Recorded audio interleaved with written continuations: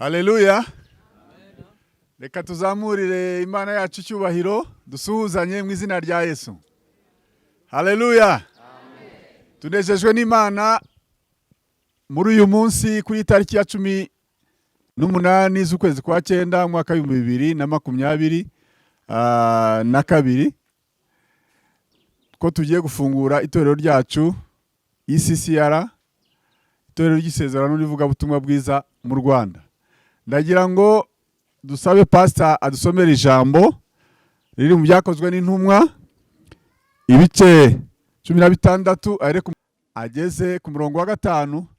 Niturangiza turakata kano gatambaro nk'ikimenyetso cy'uko dukinguye itorero Covenant mu mujyi wa Kigali rya mbere, ariko nanone rya 9 mu gihugu hose. Karibu pasa. Reka dusome mu izina rya Yesu. Banyura mu mudugudu bagenda babwira abaho ibyo intumwa n'abakuru b'i Yerusalemu bategetse ngo babyitondere. Nuko amatorero akomerera mu byo kwizera, umubare wabo ukomeza kugwira iminsi yose. Amen. Dukomere Imana yacu amashyi.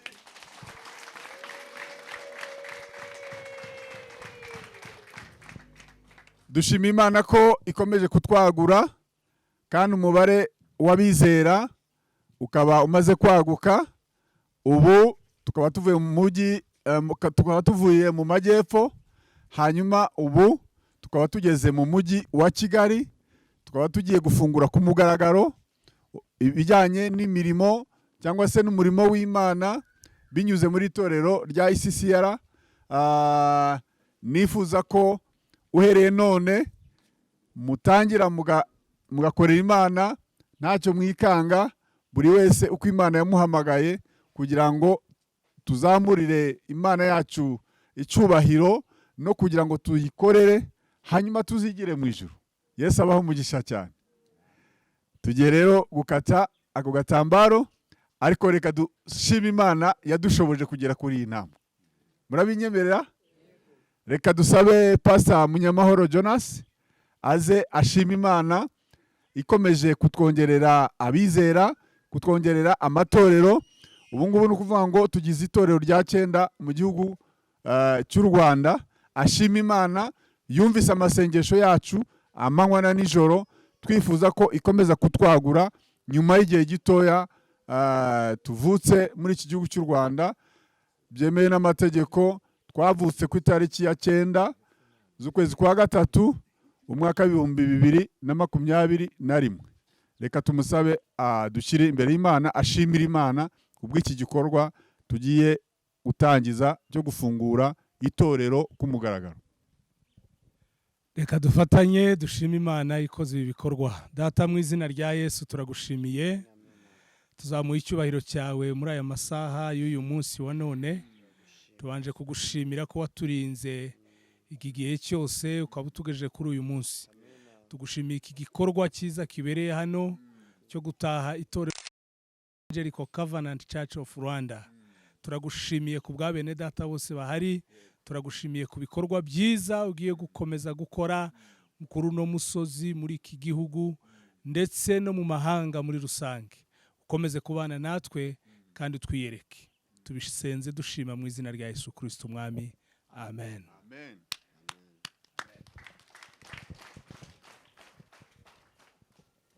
Ububasha mpabwa n'Imana n'itorero ECCR, the Evangelical Covenant Church of Rwanda.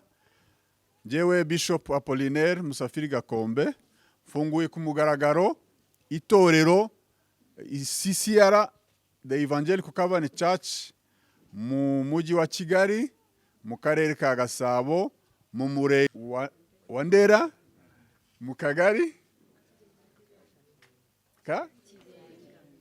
ka Kibenga. Nemeje ko umurimo w'Imana utangiye ku mugaragaro, kandi kubwo kwizera tuzagera no mu tundi turere twa Kigali, mu izina rya Data twese n'iry'Umwana n'Umwuka Wera. Amen.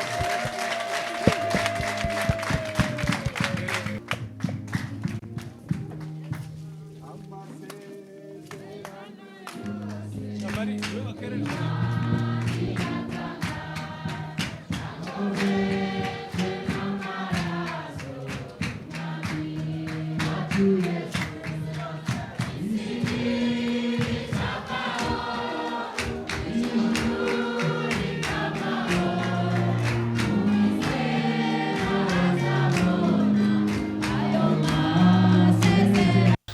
Tuzamure ibiganza dusuhuzanye mu izina rya Yesu. Haleluya. Amen. Ngewe wumva namaze gufashwa. Haleluya. Amen. Muzi impamvu se? Nuko ngewe nsengeye ibintu bigacamo ngomba kubyishimira. Kubera ko iyo ntishimye ntabwo Imana ishobora kuzanyongera. Kandi iyo ushimye Imana irakongera. Haleluya. Dushimiye Imana ko yadushoboje. Twari tumaze igihe kinini cyane dusengera uyu mudugudu. Mushobora kuba mutabizi, twasenze Imana mu buryo bwose. Ntabwo byari byoroshye ko twari dufite intego yuko uyu mwaka no muri gahunda twatanze mu igenamigambi ryacu muri leta, nuko twavuze ko muri gahunda yacu Itorero Covenant tuzarifungura ku mugaragaro uyu mwaka. Dushimira Imana rero ko yadushoboje, ibyasabwaga byose bikaba byarakunze, leta ikaba yaratwemereye gufungura ku mugaragaro. Mu ntiza amashyi dushimira Imana yabikoze.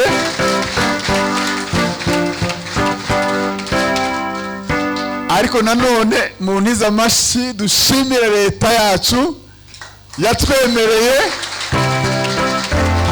kugira ngo twongere tuvuge ubutumwa bwiza muri iki gihugu no muri uyu mujyi wa Kigali.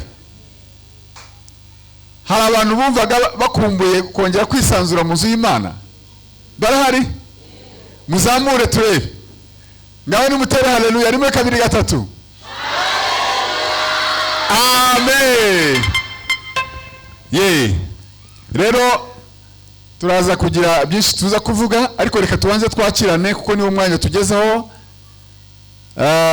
Twagize umugisha wo kugira abo tuzana nabo, ariko hagati aho ndagira mbanze mbahe intasho za bene so mu majyepfo. Aho narindi ku Gisagara twagize igiterane mu murenge wa Musha, barambwiye ngo mbasuhuze, mwakira intasho za bene so. N'ahandi za Nyaruteja hose no ku cyicaro barabasuhuza, mwakira intasho. Hanyuma dufite abashyitsi batandukanye twagendanye, ariko hari n'abandi b'inshuti zanjye, bene data, b'inshuti zacu kandi za Covenant. Birashoboka hari umuntu uvuga ngo Covenant ngo ni ibiki? Covenant ni ijambo ry'icyongereza rivuga ngo isezerano. Twebwe turaba Covenant, uzarero rya kava, itorero ryaka, itorero rya Covenant cyangwa ry'isezerano. Si byose? Ubwo rero umenye ko uyu munsi wa none uri umunyetorero wa Covenant mu mujyi wa Kigali. Hanyuma dufite inshuti zacu magara zidufasha, zatangiranye natwe uru rugendo rwo gutangiza umurimo w'Imana, zatubereye inshuti z'umumaro. Inshuti bavuga ko ngo inshuti nyanshuti ikurutira muvandimwe wa kure. Nibyo? Izo nshuti mwiteguye ko tuzibereka? Zaradushigikiye mwebwe mutabizi, zaduhaye amafaranga mutabizi, aho tutagera zarahatugereye. Rero nimubona ibintu byikoze gutya, hari abantu baba bakorera Imana mu buryo bumwe n'ubundi mwebwe mutabizi. Niyo mpamvu uyu munsi twabasabye, turabinginga, turababwira ngo mu byubahiro byanyu turabizi ko mufite inshingano nyinshi cyane, ariko natwe muri abantu bacu hari ijambo abasore bajya bavuga ngo bo ku ifishi. Natwe muri abantu bacu bo b'inkoramutima, si byose? Izo nshuti zacu rero zahagarariye izindi zitabashije kuboneka. Hari urubuga rwazo ni inshuti za ECCR, hari abari mu gihugu, hari n'abari hanze. Ni gahunda barayikurikirana, kandi nababwiye ko uyu munsi ari umunsi wo gufungura irindi torero ryacu rya 9 mu mujyi wa Kigali. Baratubwira ati rwose dushyigikiye inzozi, dushyigikiye umurimo w'Imana, muzakomeze mutugezaho uko umurimo w'Imana uzagenda ukura. Hari ababashe kuboneka rero, ngira ngo bari bo mperaho nze gukurikiza no kuba pastori bacu. Ngiye gusaba umubyeyi witwa Joy, ntago muzi ariko namusabye ko azi uyu munsi nanjye nkamubona. Joy arahari? Arahari Joy? Wow, ntago nari muzi nanjye. Oh, mukomere Imana yacu amashyi menshi cyane. Birashekeje kuba ntazi inshuti yanjye rwose. Joy twari tuziranye mu buryo bw'umwuka. Joy mbese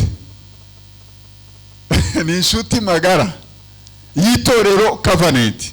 Mukomere Imana yacu amashyi.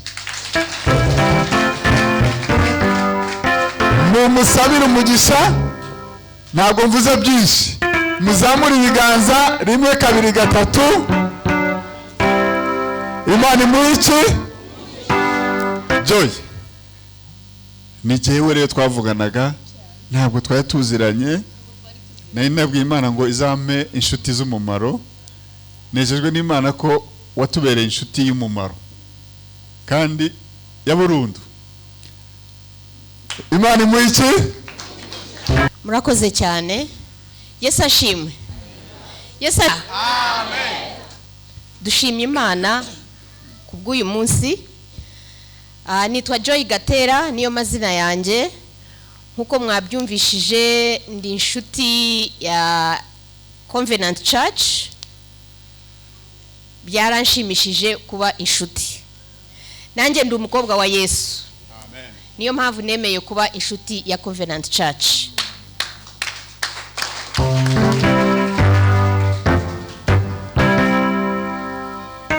Nsengera muri Anglican Church ku Giporoso, prominently bahita kwa Rutayisire Antoine. Abenshi niko bahita ngo kwa Rutayisire Antoine, ariko ni itorero ryacu ni Anglican Church. Nk'umukobwa wa Yesu kuba ndi muri Anglican Church ntabwo byatuma ntashyigikira umurimo w'Imana.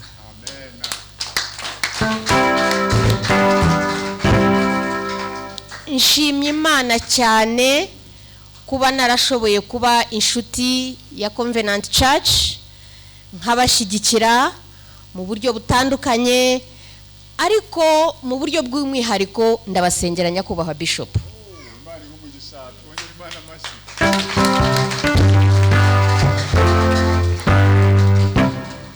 Ikintu kinejeje cyane nukumva yuko habayeho kuvuka cyangwa se gutangiza cyangwa se gufungura itorero mu mujyi wa Kigali. Nishimwe ry'Imana. Uko nukwagura umurimo w'Imana. Umurimo w'Imana rero tukora mu buryo bwinshi, mu buryo butandukanye, aho tuba turi ahariho hose. Nshimye Imana, ndabasabira umugisha Bishop. Ndasaba Imana yuko uyu murimo uzakomeza ukaguka. Kandi mwakoze kumpa ijambo, kandi mwarakoze kuntumira, nishimiye kubana namwe. Murakoze cyane. Tumakire mu izina rya nde? Amen. Hanyuma hari n'indi nshuti yanjye yindi twazanye, naze hano Bosco. Uyu mugabo nawe ni inshuti yo kwifisha. Ni inshuti y'inkoramutima. uyu twakoranye umurimo w'Imana mu itorero rya ADEPR. Nk'uko mubizi, akenshi reka mvuge ko atari n'umuco mwiza, hari igihe uba mu itorero iyo urivuyemo ugiye abandi bagahita na nimero yawe bayikuramo, ariko uyu ntiyigeze ayisiba. Twakomeje kubana, twajyaga turara amajoro twiga uburyo dutangiza ubutumwa bwiza mu bayisilamu tukiri kumwe i Butare. Ari mu bantu banshigikiye i Butare kugira ngo mbashe kuvutsa itorero riri ahantu bita Ingoma mu karere ka Huye mu bayisilamu. Twakoranye umurimo w'ivugabutumwa, maze gufata umurongo wo kwaguka nkajya kwagura ubwami bw'Imana. Yabaye mu wa mbere maze gusezera mu itorero rya ADEPR ku itariki 23 z'ukwa gatandatu 2019, kubera ko nta banyetorero nari mfite.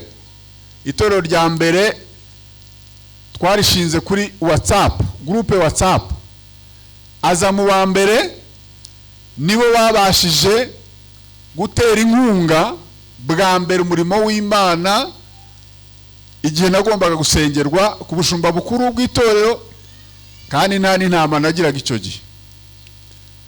Barangiza bakomeza kunsengera, urugendo turugendanamo, bakomeza kumba hafi. Ejo bundi muhamagaye mubwira ko Imana hari ikindi gitangaza yakoze, ko tugiye gufungura itorero rya 9 mu mujyi wa Kigali.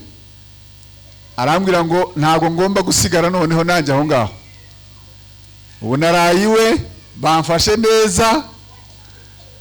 N'imodoka najemo, itorero ryacu ntiriragira imodoka, yanzanye mu modoka ye nziza.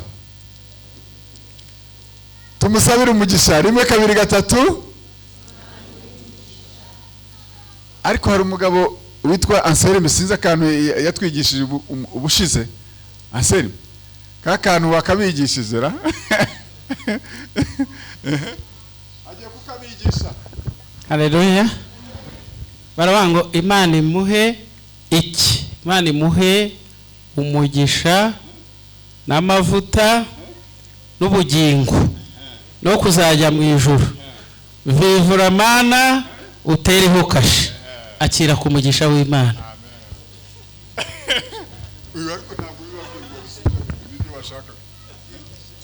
Imana imuhe iki? Umugisha n'amavuta n'ubugingo no kuzajya mu ijuru. Vivura mana utereho kashe, niyakire ku mugisha w'Imana. Reka rero nawe tumuhe ijambo asuhuze itorero anabibwire. Yesu ashimwe. Nitwa Witonze Jean Bosco, ngira ngo umushumba yabivuze. Umushumba ni inshuti yanjye cyane kandi cyane, kuko muri byinshi haba ari urubanza naba afite ruba ari urwo, kandi nawe ibyiza byose ari ibyishimo n'ibindi nanjye biba ari ibyanjye, turabifatanya rero. Ndumva muri iyi minsi ntabwo ngituye mu majyepfo, mba hano i Kigali, mba mu murenge wa Jabana, nkaba hano Karuruma niho dutuye. Tukaba dusengera mu itorero rya ADEPR, ariko ntibimbuza kuba inshuti y'umushumba wanjye, kandi ntibimbuza no kuba inshuti y'iri torero. Rero naramubwiye nti rwose icyo watekereza cyose ari mu gukora, ari mu kugenda, mu bizabaho byose, jye nta mugozi ufashe. Rero nishimiye kumenyana namwe mwese, kandi nongeye kwishimira kubana namwe kuri uyu munsi. Imana ibahe umugisha. 1 2 3.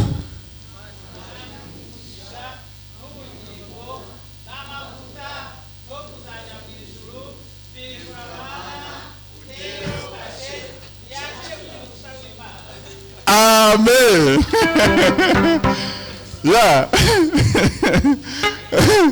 hanyuma hari na mwene data hariya nawe naze nawe muramubona uyu twarakoranye na n'uyu munsi turacyakorana twari duturanye hari i Butare ni umunyamategeko hari n'indi nkuru nziza ngiye kubabwira kuri we atuye Karuruma nawe mu minsi ishize yansanze aho nkorera mu karere ka Gisagara ni umunyamategeko ni umwavoka ndangije niyumvamo kumubwira ngo ariko kera ntabwo yari akijijwe nyuma za gukizwa ajya muri ADPR amaze kwimukira i Kigali sinzi ukuntu niyumvisemo ko ngomba kumubwira ngo haze dukorane umurimo w'Imana muri Covenant ariko nabivugaga nyine mvuga ni ko nanjye kuva muri ADPR byasabye amasengesho menshi murabiza babaye muri ADPR nabwo rero ko numva nifuza ko waza tugakora umurimo w'Imana ukaba umunyetorero wacu mu mujyi wa Kigali ko tugiye gutangiza umurimo bisa nkaho bimutunguye ariko arambwira ati nzagusubiza aragenda nyuma y'igihe gitoya arambwira ngo nemeye kuba umunyetorero wanyu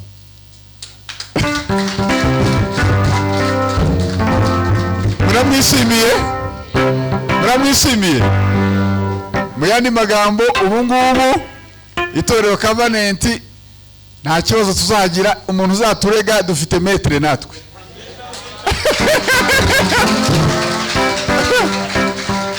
sibyo uyu ni umwavoka nihagira umuntu kurya urwara uzatubwire ubundi murebane n'uwo muntu sibyo atazagira rero bavuga ngo muri abandi ngo bambara udutambaro gusa oya natwe diplome turazifite sibyo se hanyuma ndagira ngo muri jambo ni inshuti yanjye ni umuvandimwe wanjye twari duturanye neza muri quartier kuba rero yemeye kuza nawe yari afite gahunda agomba kujyamo n'umuryango za Karongi aravuga ati nanjye uyu munsi ngomba kuza ukananyereka bene data bakanamenya ko ku mugaragaro aranabyivugira ni mukuru ko ari umunyetorero wacu ni muhure ejo uzamusuhuze unamutegera ifuti afite imodoka si byose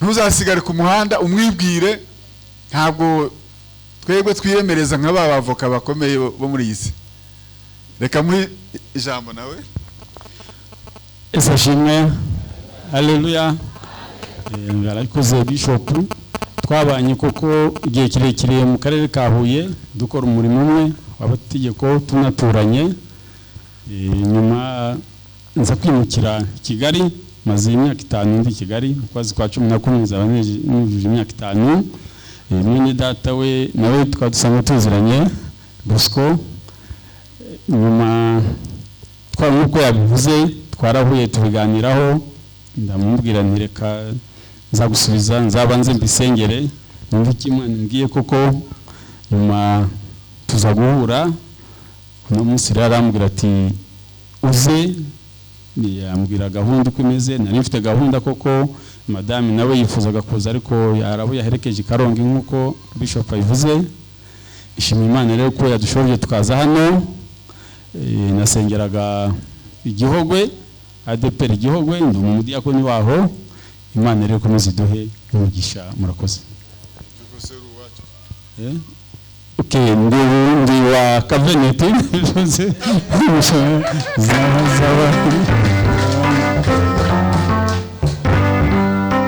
aratangaje ku mugaragaro ko ari umu Covenant nta bindi araje ahasigaye niwe uzahitamo niba azajyaza gusengera hano niba azajyaza gusengera i Masaka niba azajyaza ku cyicaro niba azajyaza ku Gisagara niba azajyaza kuza nihuye tujye kwafungura ni uburenganzira bwe icyambere nuko abaye mu Covenant wacu tumwakire mu izina rya nde amen hanyuma mfite abakozi b'Imana turi kumwe Haryo mwene data mwamwakiriye bijari ya nubwo abantu bijari babakiriye paseri yajyaga ahora bambwira muhaguruke nanjye mbabone neza. Aha mbega ukuntu muri beza we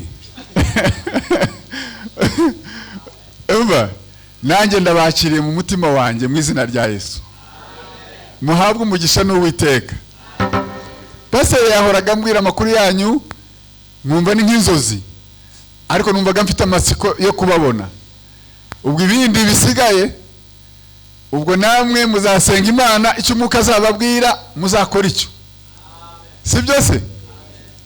Uko Umwuka yayoboye Cyubi namwe azabayobore, muzabiganireho, ahasigaye mutubwire uko gahunda zigomba kumera. Yesu abahice, Imana ibamugishaho ko tugomba gushinga itorero Covenant muri uyu mujyi wa Kigali. Mu yandi magambo, uyu niwe regional w'itorero Covenant mujyi wa Kigali. Dukomere Imana yacu amashimwe.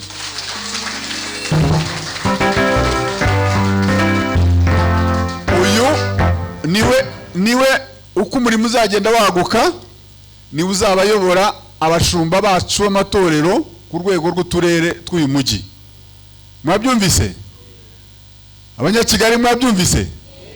Uyu niwe mushumba wanyu, muramwishimiye? Muramwishimiye? Abishurwe bariye bazamure. Mwishimiye umushumba wanyu? Guhera none ntazongere kujya ateranira i Masaka honyine.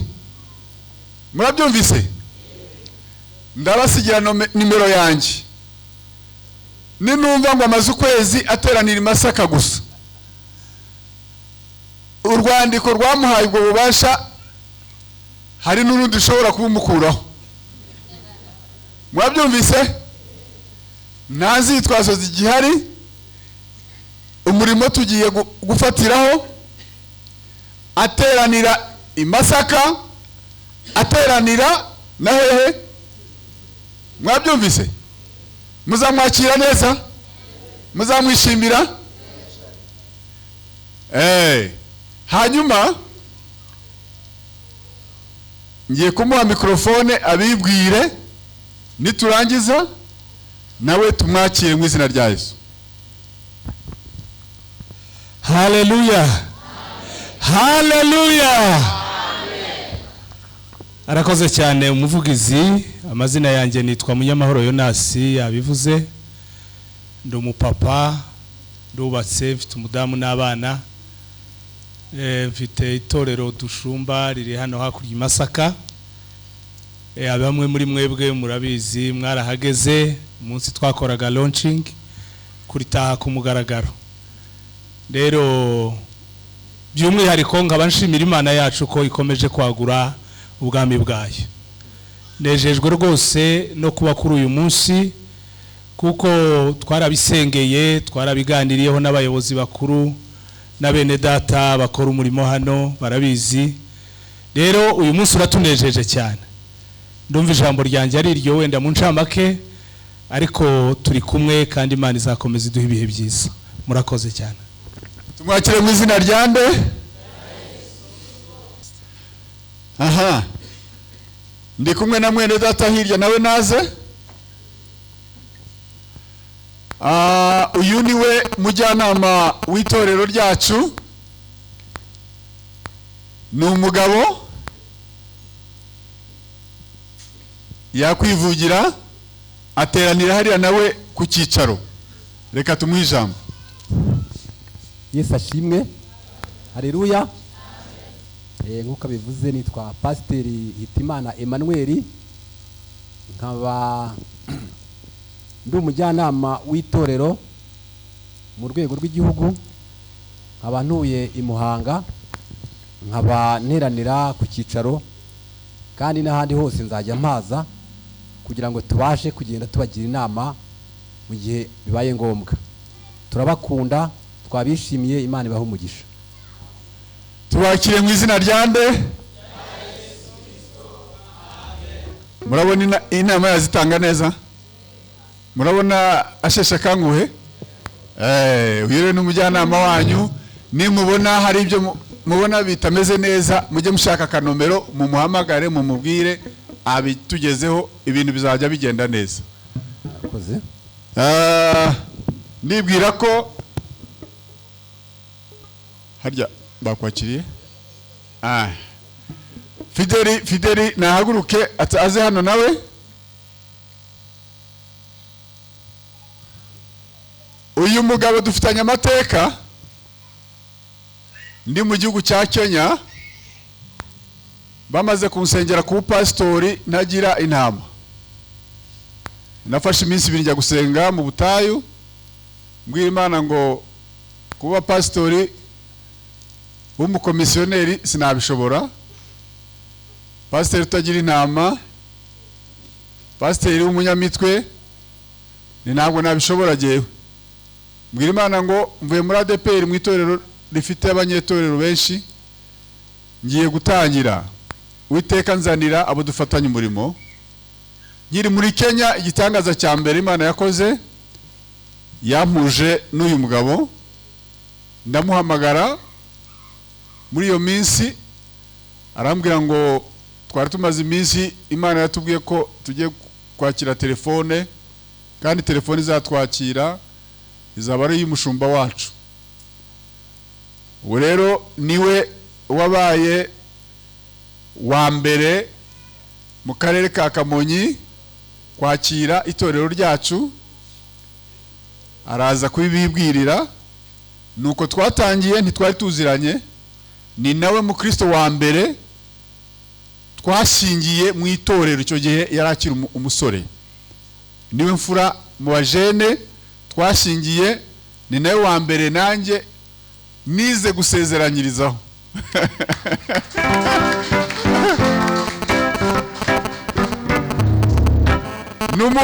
N'umunsi wo kubimika, kubasukaho amavuta, abari bahari, ni nawe nahereyeho bwa mbere nsukaho amavuta. Burya narinzi impamvu yabyo, ko niwe mfura mu batangije umurimo wa covenant mu gihugu, wemeye kwakira itorero. Hanyuma kuri hirya y'ibyo, ni umupasiteri uhagarariye urubyiruko muri covenant mu gihugu, niwe umenya imyitwarire n'umurongo w'urubyiruko rwacu muri iki gihe. Nirugenda nabi niwe nzajya mbibaza, nirudasenga niwe nzajya mbibaza, nirutwara amada niwe nzajya mbibaza, niruza n'ibintu by'amanyanga rwo kunywa ibiyobyabwenge niwe nzajya mbibaza. Mubwire nti birakunaniye, jya ku ruhande. Mwabyumvise? Ariko asenga Imana, turamya ko urubyiruko rwacu ruzakomeza kuba Imana. Reka muhe nawe mikrofone. Haleluya, haleluya, haleluya. Nshimye Imana cyane kuko yakoze ibikomeye, ntabwo byari byoroshye. Impamvu mbanje gushima Imana irakomeye, abashumbi irakomeye. Nari mfite impamvu ikomeye ashobora gutuma ntaboneka, kandi umuntu wese yabasha kumva.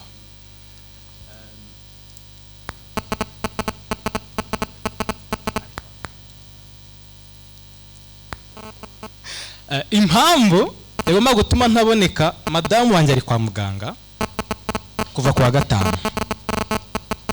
Rero na uyu mwana nari nabonye wo kuba namugeraho nkareba uko ameze, bihura n'iyi gahunda.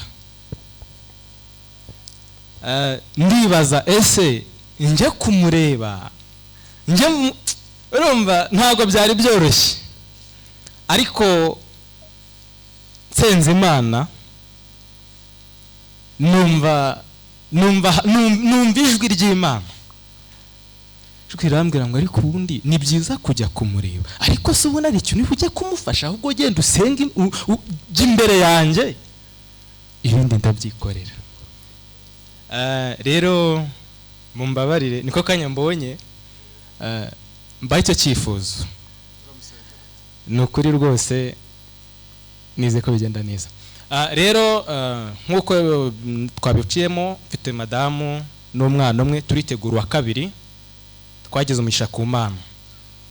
Hanyuma ibindi ni amateka maremare ntabwo umuntu yakomozaho kano kanya, ariko bantu mukunda gusenga mukomeze mubikunde, kuko nabonye iyo umuntu asenze Imana amenya amakuru bigatuma adatungurwa. Imana iduhana umugisha. Tumwakire mu izina rya nde? Aha, nibwira ko kuri uruhande nta muntu usigaje. Mwari, ako ngwino nkwakire nawe. Reka nawe tumwakire rwose. Uyu mwarimu ndamukunda cyane. Namwe muramukunda? Namwe muramukunda? Ngani mutunge ibiganza mumusabire umugisha.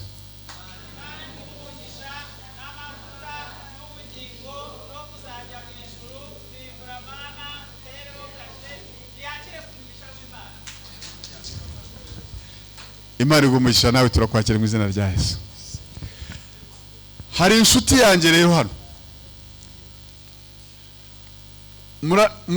Muramubona? Uzibeshye unkoreho. Uzibeshye unkoreho niba ushaka amahane y'abasaza.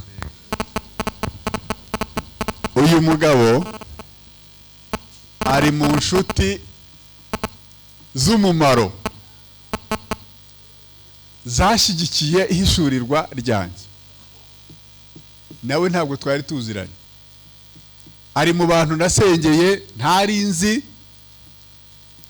Imana impuza nawe ambera umunyamugisha. Nta shingiro mfite ryo kumubereka? Ndarifite cyangwa ntaryo mfite? Uyu mugabo araza kwivuga, niwe mushumba wacu w'itorero ECCR mu karere ka Kamonyi, niwe muntu twakoranye ahantu hose nta bintu by'amakorosi, ibintu bikagenda bye, ibintu bigacamo neza. Kubera iyo mpamvu nongeye kubabwira ko mukunda. Ndacyagukunda. Nawe uracyankunda? Reka muhe mikrofone nawe ajye icyo avuga. Muraho mwese, nitwa Bizimana Auguste. Yego, musaza w'imyaka iri hejuru ya 60 n'indi. Yego, rero magarariye umurimo w'Imana mu itorero rya ECCR mu karere ka Kamonyi. Kandi akarere ka Kamonyi kagira n'ijurwe. Ubwo rero ni umudugudu umwe uri mu karere ka Kamonyi. Yego, ibindi Yesu aduhana umugisha. Nawe reka tumwakire mu izina rya Yesu. Tumwakire mu izina rya nde? Amen. Nanjye reka mwakire mu izina rya Yesu nubwo bakwakiriye.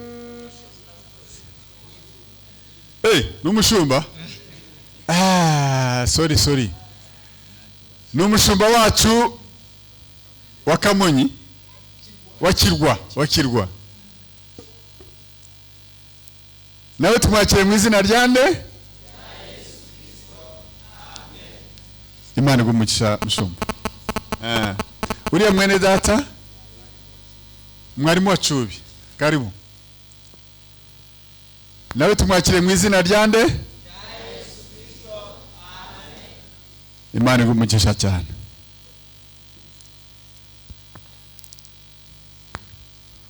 Hanyuma hari undi mugabo wari urimo adusabira imigisha cyane.